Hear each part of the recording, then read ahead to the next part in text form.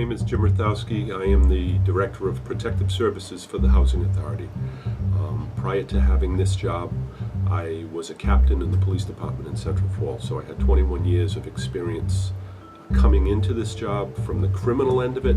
Now I'm working on the civil end to help police enforcement, to work on investigations that may turn criminal, and then I turn that evidence over to the police, and I have a good working relationship with both the local, state, and federal law enforcement authorities. First and foremost, you got to take care of yourself first. If you get hurt and you need to call a rescue, the easiest and the quickest way to get them there is to call 911.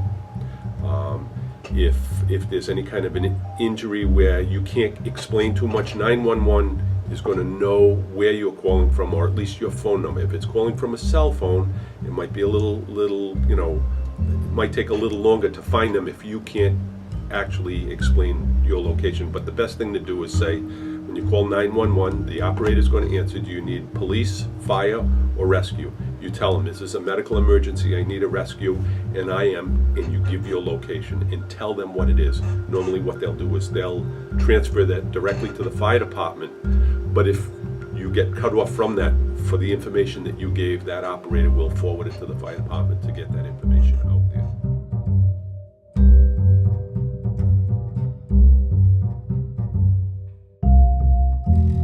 If you're just giving anonymous information about suspected drug dealings, or about it looks like there's going to be a fight over here or something like that, give them as much information that will help them get to that call without having to come back looking for you. So a lot of people are afraid to call the police because all of a sudden the cops are going to be knocking at their door and they don't want to be identified as the caller. So the more information that they could give up front, the less chance, especially if they don't want to give their name.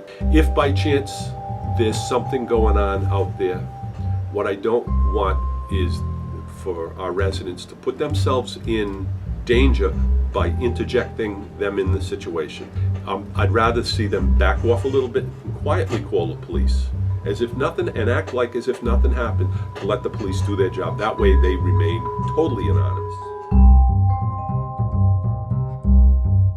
For the Housing Authority, we've adopted a nationwide HUD thing that we need to protect domestic violence victims.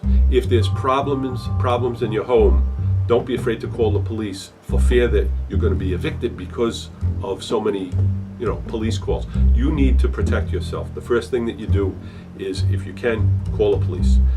Once again, 911, even if that means that you get a couple words out. If anything, drop the phone on the floor so that it's still recording, so that the operator and or the police can hear in the background. If there's a problem where you need to get out, by all means, call the police.